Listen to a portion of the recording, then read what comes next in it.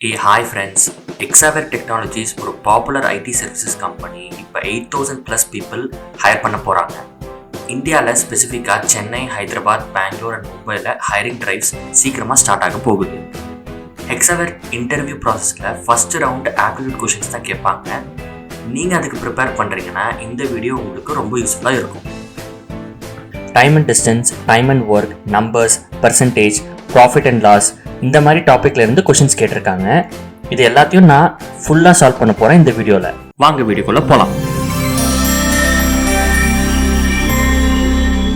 First question போகலாம்.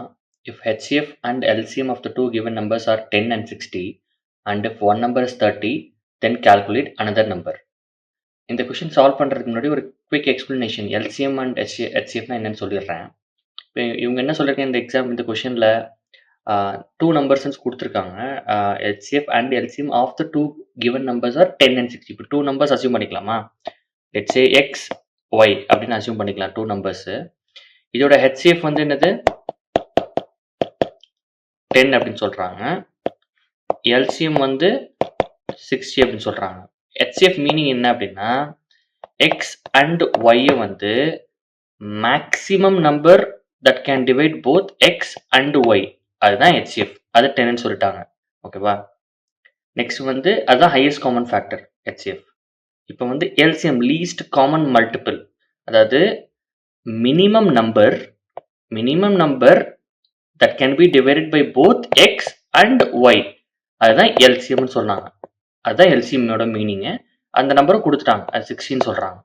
Okay, so இதான் வந்து ஷார்ட் வந்து introduction about HCF and LCM. இப்போ வந்து இது ட்ரையல் அண்ட் எரர் மெத்தடில் வந்து இந்த கொஷினை சால்வ் பண்ணுறதுக்கு பதிலாக இது ஒரு டேரெக்டாக ஒரு ஃபார்முலாவே இருக்குது. ஓகேங்களா? எப்படி கண்டுபிடிக்கிறது? இந்த கொஷின் என்ன, ஒரு நம்பர் வந்து 30ன்னு சொல்கிறாங்க. அதாவது லெட்ஸ் டேக் எக்ஸ் வந்து 30 அப்படின்னு சொன்னால் ஒய் என்ன அப்படின்னு கேட்குறாங்க. ஒரு நம்பர் கொடுத்துறாங்க 30. So what is the other number? Calculate பண்ணலாமா?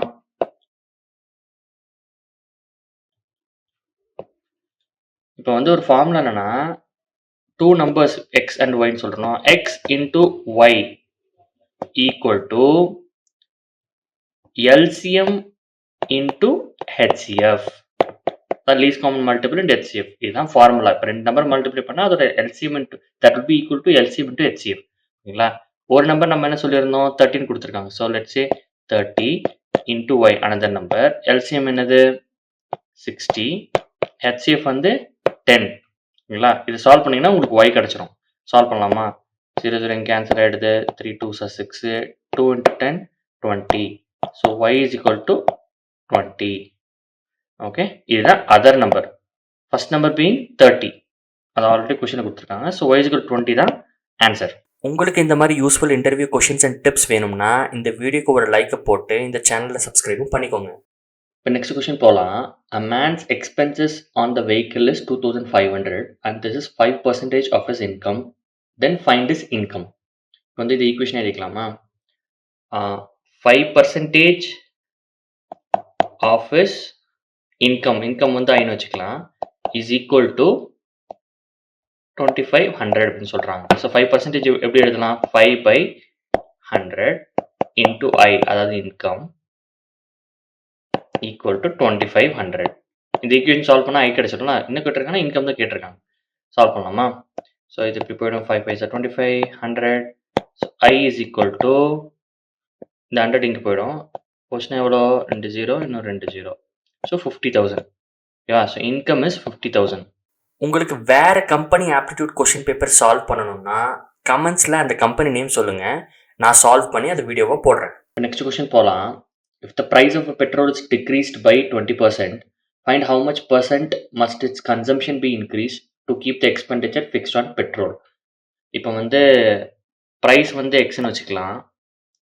இந்த ப்ரைஸ் தான், இதுதான் எக்ஸ்பெண்டிச்சர். இந்த எக்ஸ்பெண்டிச்சருக்கு வந்து கன்சம்ஷன் வந்து L லிட்டர்ஸ் ஆஃப் பெட்ரோல் அப்படின்னு வச்சுக்கலாம். ஓகேங்களா? இனிஷியலாக இப்போ வந்து என்ன சொல்கிறாங்க, price of the petrol is decrease by 20%. Okay, so எக்ஸ்பெண்டிச்சரும் வந்து குறையும். இப்போ 20% குறையுது அப்படின்னா 1 minus 0.2 அப்படின்னு வச்சுக்கோங்க. ஸோ 0.8 into X அப்படின்னு வச்சுக்கலாம். ஏன்னா 20% குறையுது. ஓகேங்களா? நான் so 100 minus 20 is equal to 80. So 80 தான், 80% தான் வந்து ப்ரைஸு. ஓகேங்களா 20% குறைஞ்சிட்ட பிறகு so that is equal to L. ஏன்னா இந்த சேம் ப்ரைஸ்க்கு கன்சம்ஷன் வந்து இவ்வளோ வரும். ஆனா இப்ப என்ன கொஸ்டின் கேட்டிருக்காங்க, by find how much percentage must its consumption be increase to keep the expenditure fixed on petrol. இப்ப எக்ஸ்பெண்டிச்சர் வந்து சேமா இருந்தது அப்படின்னா எல் என்ன ஆகும் அப்படின்னு சொல்றாங்க. இந்த ஈக்குவேஷன் ரீஅரேஞ்ச் பண்ணலாம்ல. X is equal to L divided by 0.8. இது சால்வ் பண்ணலாமா? Is equal to L into 10 by 8. 2 5s are 10, 2 4s are 8 is equal to 5 by 4 என்னது 1.25 into L. So x is equal to 1.25 into L. Okay. So the equation வருது. So consumption so expenditure வந்து நம்ம சேமா வச்சுக்கிட்டோம் அப்படின்னா consumption அதாவது L வந்து 1.25 times increase ஆகுது. 1.25 times increase னா என்னது 25% increase. ஓகேங்களா? ஸோ இதான் கேட்டிருக்காங்க. By find how much percentage must its consumption be increased to keep the expenditure fixed on petrol. அதாவது 25% increase ஆகும் consumption. ஓகேங்களா? So that is the answer. இப்போ next question போலாம். In a mixer, a ratio of milk and water is 7:2. The difference between milk and water is 25 liters. Find the amount of water in that mixer. இதுதான் question. இப்போ வந்து அந்த milk and water quantity எடுத்துக்கலாமா? Ratio கொடுத்துருக்காங்க 7:2. So 7x and 2xன்னு எடுத்துக்கலாம். ஓகேங்களா? இதுதான் அந்த ratio. 2 quantities of milk and water. இவங்க என்ன சொல்றாங்க? Difference between milk and water 7x minus 2x is equal to 25 liters அப்படின்னு சொல்றாங்க. Okay. Then find the amount of water in that mixture. 2x என்னன்னு கேட்குறாங்க, அதான் கொஸ்டின். ஸோ இது solve பண்ணிக்கலாம். 7x minus 2x is equal to 5x is equal to 25. So x is equal to 5. Okay. So இப்போ வந்து 2x என்னது 2 into 5 10. ஓகேங்களா? So 10 தான் answer. This is the amount of water in that mixture. Next question போகலாம். The ratio of Sonali's age to Surbhi's age is 4:5. The product of their age is 500. The ratio of their ages after 5 years will be. இதான் கொஸ்டின். இப்போ சோனாலி ஏஜும் சுர்பி ஏஜும் கொடுத்துருக்காங்க. Ratio கொடுத்துருக்காங்க 400 4:5ன்னு. அது ஏஜாக எழுதிக்கலாமா? So 4x அப்புறம் 5x அதான் ரெண்டு பேருடைய ஏஜ், சோனாலி அண்ட் சுர்பியோட ஏஜ். இது வந்து the product of their age 4x into 5x is equal to 500ன்னு சொல்லிட்டாங்க. Okay. then the ratio of their ages after 5 years இதான் கொஸ்டின். ஸோ இது சால்வ் பண்ணிக்கலாம் first. So 4x into 5x is equal to 20x squared is equal to 500. Okay. So 0 cancel பண்ணிக்கலாம். So 225 ஆகிடும். So x squared is equal to 25. x is equal to 5. Okay. So இதுதான் answer. Sorry, இது answer கிடையாது, இதுதான் X value. ஆனால் என்ன question இருக்காங்க, இந்த ratio of Surbhi Sonali and Surbhi age after 5 years. So இப்போ வந்து கரண்ட் ஏஜ் வந்து 4x 5xன்னு இருக்கு இவங்க ரெண்டு பேரோட ஏஜ். ஆஃப்டர் 5 years இருக்கும் என்ன இருக்கும் 4x plus 5. இதுதான் சோனாலியோட ஏஜா இருக்கும். ஓகே. இது என்னது எக்ஸ் கண்டுபிடிச்சிருக்கோம். ஸோ 4 4 16 பிளஸ் 4 5 20 பிளஸ் 5 25 தான் சோனாலியோட ஏஜ். நெக்ஸ்ட் சுர்பியோட ரேஷியோ என்ன சொல்லியிருந்தோம் 5xன்னு சொல்லியிருக்கோம். ஸோ 5x அப்புறம் 5 years கழிச்சு சொல்றாங்க. So 5x plus 5. So 5 5s are 25x கண்டுபிடிச்சிருக்கோம். பிளஸ் 5 30. இதுதான் வந்து சுர்பியோட ஏஜ். ஓகே. ஸோ 25 இந்த 25:30 தான் ரேஷியோ. ஓகேங்க. Ratio of the ages after 5 years என்னன்னு கேட்குறேன். ஸோ 25:30 கண்டுபிடிக்கலாமா? 25:30 போட்டு நம்ம 5 5s are 25. 5 6 are 30. So 5:6. இதுதான் வந்து ratio of both year ages after 5 years. இதுதான் ஆன்சர். நெக்ஸ்ட் கொஸ்டின் போகலாம். A 600 meter long train is running at a speed of 108 kilometers per hour. How much time is taken by it to pass a pole which is adjacent to a platform? ஓகேங்களா? 600 meter train, இந்த length பார்த்தீங்கன்னா 600 metre வச்சுப்போம்.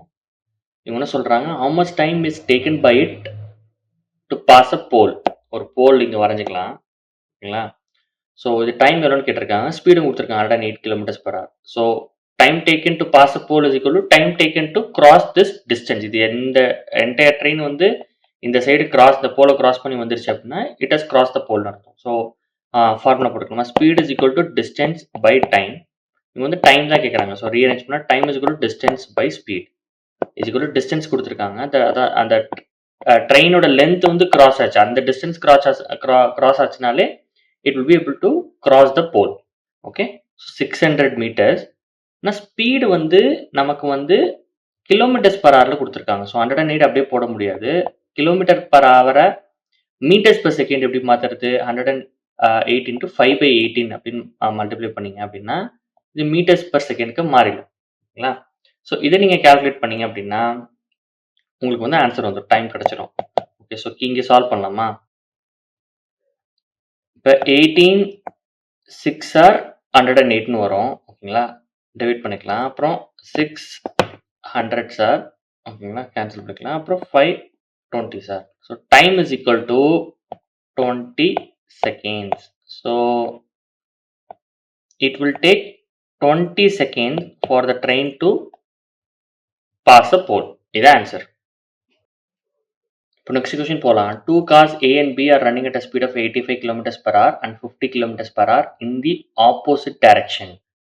Find the relative speed. இந்த மாதிரி relative question speed question கேட்டிருக்காங்க அப்படின்னா, இப்போ 2 காரும் ஆப்போசிட் டைரக்ஷனில் வருது அப்படின்னா, லெட்ஸ் சே இவங்க என்ன கொடுத்துருங்க 85 ஒரு side 85 km per hour 50 km per hour. இந்த மாதிரி ஆப்போசிட்டாக வந்தது அப்படின்னா ஸ்பீடை வந்து சம் பண்ணணும்.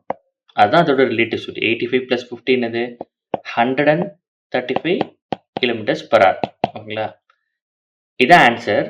ஓகே, பட் லெட்ஸ் சே இதே கொஷினுக்கு வந்து if they both were going in the same direction அப்படின்னு கேட்டிருந்தாங்கன்னா அதுவும் நான் கொடுக்குறேன். Let's say 85 km per hour I am going at 50 km per hour in the same direction. இதோட ரிலேட்டிவ் ஸ்பீட் என்ன அப்படின்னு கேட்டாங்கன்னா நம்ம வந்து இப்போ சம் பண்ணக்கூடாது. 85 - 50 அப்படின்னு தான் போடணும். Minus we should subtract two different speeds. 85 - 50 என்னது 35 kph.